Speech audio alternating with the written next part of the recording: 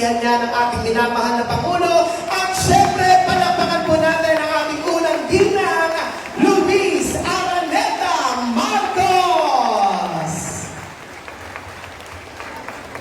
At sa pagkakataon po ito, upang ibigay ang kaniyang pagbati at pagpapakilala sa ating minamahal na unang ginang, palakpakan po natin ang ama ng lungsod ng Maynila, Kadalanganang Francisco Isko Moreno Domagoso.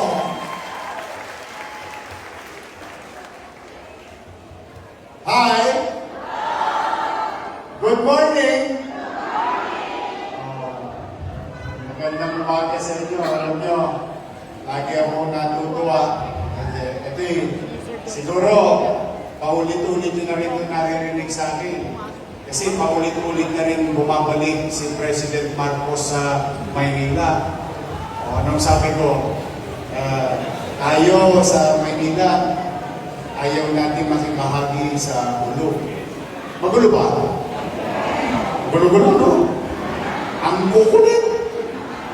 Pero, ang kawawa,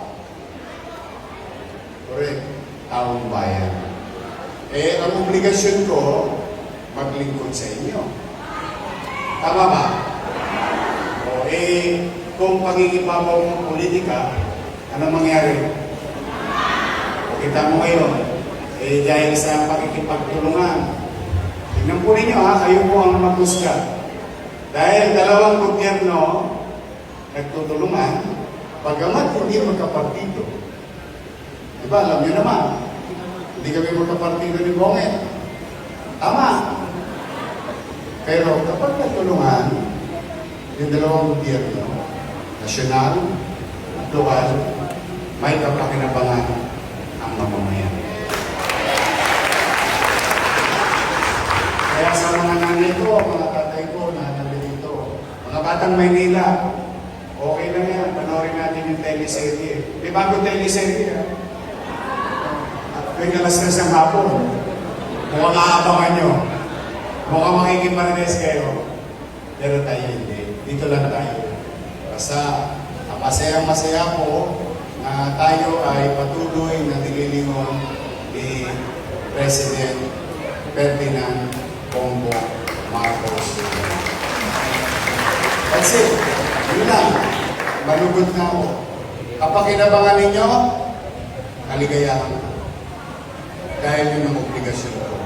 Paglingkod sa mga batang Maynila, sa mga nanay, tatay, lolo't lola ko. Mga lolo't lola ko, taas ang kamay, galaw-galaw, bawal may stroke.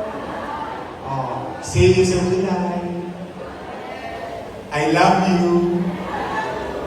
Dito, ma'am, First Lady, ang senior sa Maynila, alagang parlor. Spoiled sa akin yung mga yan.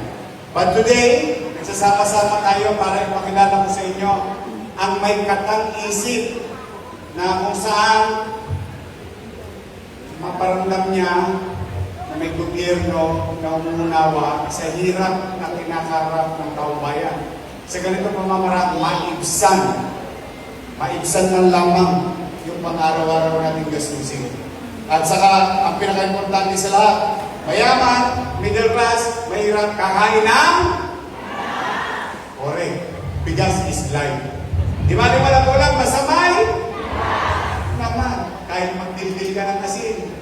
O di ba? Habang bagong iniin pa lang yun. Pag ninyanggan mo na ng asukal yun. May ulam na. Manamis-namis na. Kapag nagsawa ka sa katapisan, gusto mo maaga.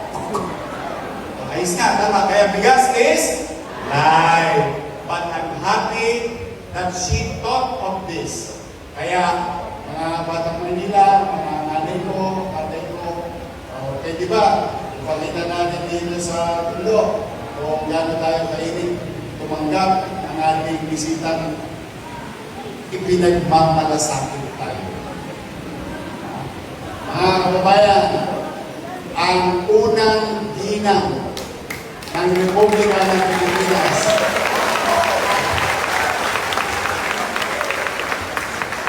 Madam, marami siyang pangalan. Lahat na lang, pinangalan sa kanya. Madam, beautiful. Pero sa akin, thank you, ma'am.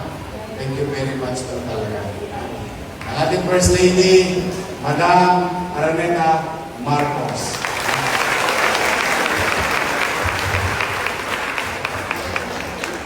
Narinig na po tanong party ng new mayor. Narinig ko. Hindi ko level. Thank you. Pasensya na lang po, hindi ako kasing galing magtanong party na yung mayor. Dahil ako isang guro lang, kaya ako yung classroom ko. Pero ngayon, lalakasan ko yung loob ko para masabi ko yung mensahe na ang ating guro. Bilang isang ina, mahalaga sa ating yung pagkain sa table. Even if you cannot eradicate poverty, at least, you hope that this little thing will help you in the days to come. Maraming salamat sa inyong pagdalaw dito at mula sa puso para sa pamilya at para sa opinion.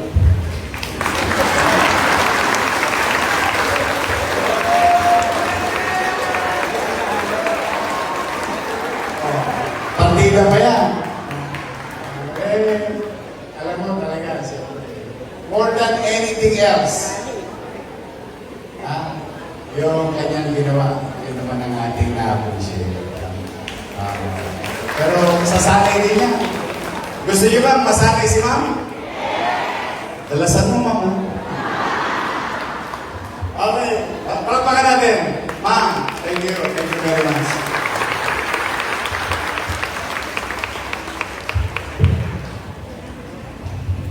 Yan, sa pagkakataon po ito, syempre tayo po ay dadako na sa ating pong rice distribution. Inaaniyahan din po natin, of course, Vice Mayor G. Atienza, Yorme Isko Moreno Lumanoso, at syempre ang ating minamahal na unang ginang, Mama Luis Araneta Marcos.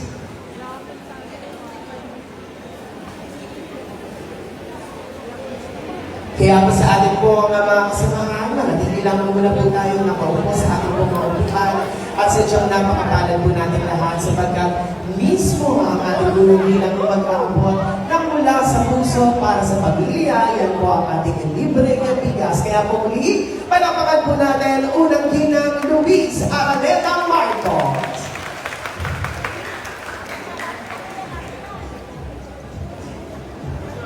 Ayan, at bigyan din namin din po namin ng pagkakataon na para po maging maluwag ang pamamahagi po ng ating pagbigas.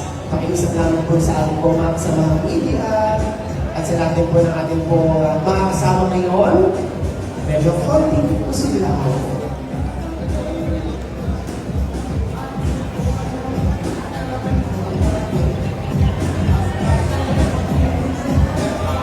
Muli, ito po ating ginagawa ay ang tuloy-tuloy na programa ng pamahalaan para makasiguradong tayong lahat ay may sapat na pagkain mula sa kadiwa, 20 pesos na bigas at ngayon ang Local Government Support Fund o karagdagang pondo para sa mga LGU. Ito po ang libre bigas. Alam mo naman na natin lahat ang bigat ng epekto ng krisis sa presyo ng gasolina at pagkain kaya nga po naiintindihan yan ng ating minamahal na Pangulo at syempre kasama natin ngayong umaga ang ating minamahal na unang ginang Luis Araneta Marcos. At din po maraming salamat din po sa ating minamahal na Vice Alcalde, Vice Mayor G. Atienza at ang ating ama ng lungsod ng Maynila, Yorme Isko Moreno Lumanoso.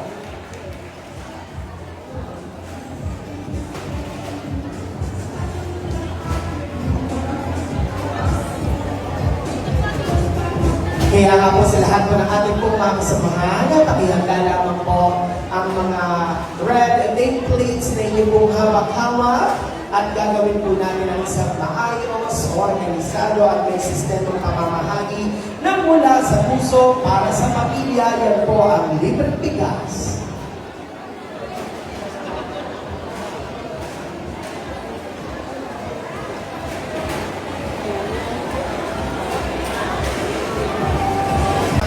Beneficiary sa ating po mga Barangay 72. Sunod lamang po tayo sa lahat ng mga ushers natin para po mai-assist po tayo sa isang maayos na pamamahagi ng mula sa puso para sa pamilya. Yan po ang libreng bigas.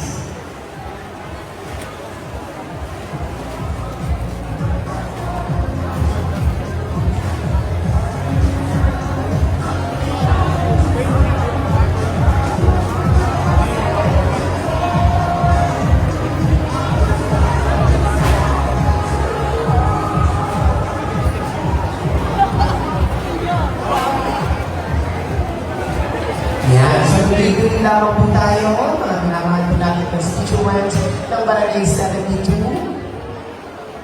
At maraming salamat po din sa ating minamahal na unang ginang, Luis Aramena Marcos, sa inyo po pagmamahal at suporta lagi dito po sa Luzon, Manila, partikular dito po sa mga batang tulo.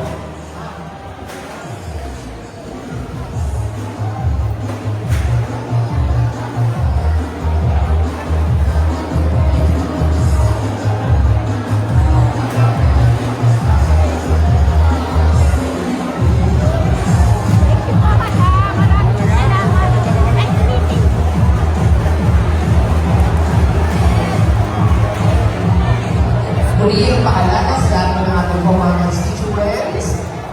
Sunod lamang po tayo sa ating po mga ushers, sa ating po mga FTSW staff, para po sa isang maayos na pamamahagi po ng ating po mula sa puso para sa pamilya at